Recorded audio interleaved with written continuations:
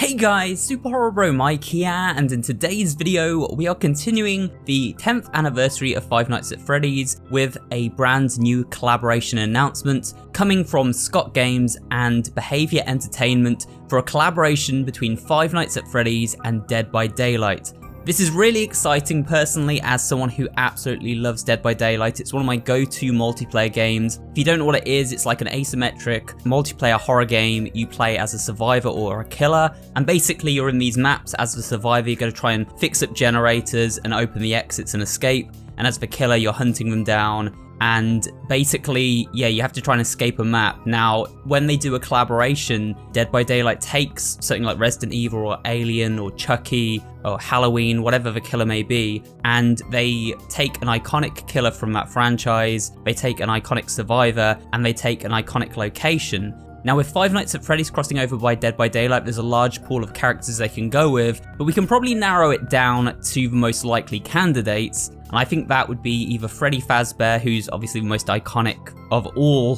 the animatronics, or it could be Springtrap, because he's more gnarly, more scary looking, and more in keeping with what we generally would see in Dead by Daylight. One of the things that has surprised me with this collaboration, I said it in my original video where I was talking about, the anniversary and all the announcements that will be coming out, where I touched on the collab. I said I didn't think we'd get a Dead by Daylight collaboration because it's a far more mature game than Five Nights at Freddy's. Whereas the Five Nights at Freddy's games are like teen-rated games, Dead by Daylight's very much an 18+ mature-rated game with a ton of gore and like torture and stuff in it. So it is surprising that Five Nights at Freddy's is crossing over with this. So we're gonna have like an animatronic picking people up and hooking them on meat hooks and stuff, which is kind of grim for Five Nights at Freddy's. But I guess, that stuff has been in the series before. It's just been generally relegated to suggestive material, through the 8-bit minigames and stuff like that, where there's not a lot of detail to the gore. But with Dead by Daylight, it is obviously going to be fully gory unless they tone that particular character and map down.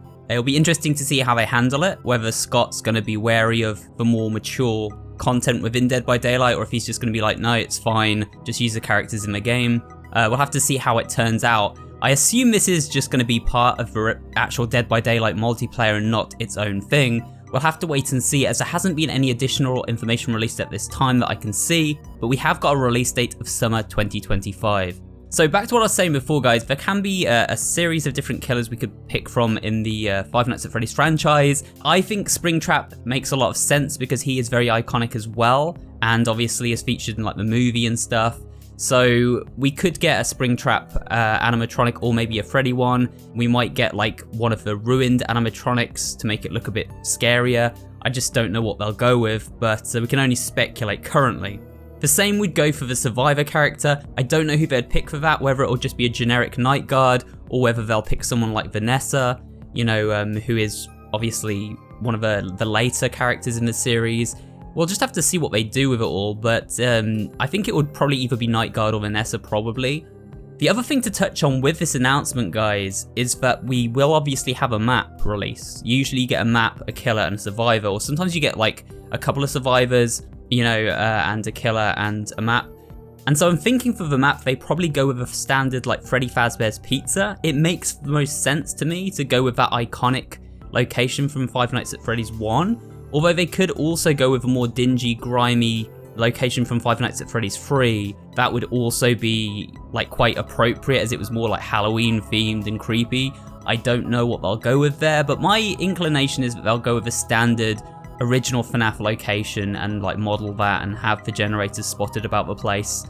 There isn't too much more to say about this. This is just going to be a short video, other than I'm very, very excited for this. I was not expecting it like most other people. I did think this would be a Fortnite collaboration because it's more kid-friendly. This is probably, for me, the absolute best collaboration that could have happened. So I'm very, very excited, and hopefully you guys are too. Obviously, when it does come out next year, it's about a year away, but when it does drop, I will be doing a playthrough, playing some matches on the new map with both the killer and the survivor. We'll do a little mini-series on that. But yeah, this has been such a cool update, guys. Really beyond what I expected. And yeah, hopefully you're excited for it too. With that said, guys, I am going to end the video here. Just a short one today. But I did want to keep you updated, as I promised I would, throughout the week. We've still got a few more announcements to come. We've got the Steel Wall announcement tomorrow, and then the day after we've got a demo for the new kart racing game, which is like a Mario Kart style Five Nights at Freddy's game. And then the day after that we've got the big one, which is Into the Pit, of course, the pixel art style, brand new entry in the FNAF game series. So I will be doing a playthrough of that over a series of days after that releases. So stay tuned for those. And with that said, thanks for watching today. Let me know what you think of this collaboration in the comments below. Leave a like on this video if you did enjoy it. And of course, subscribe to the channel for more videos just like this one. And I'll see you all on the next one.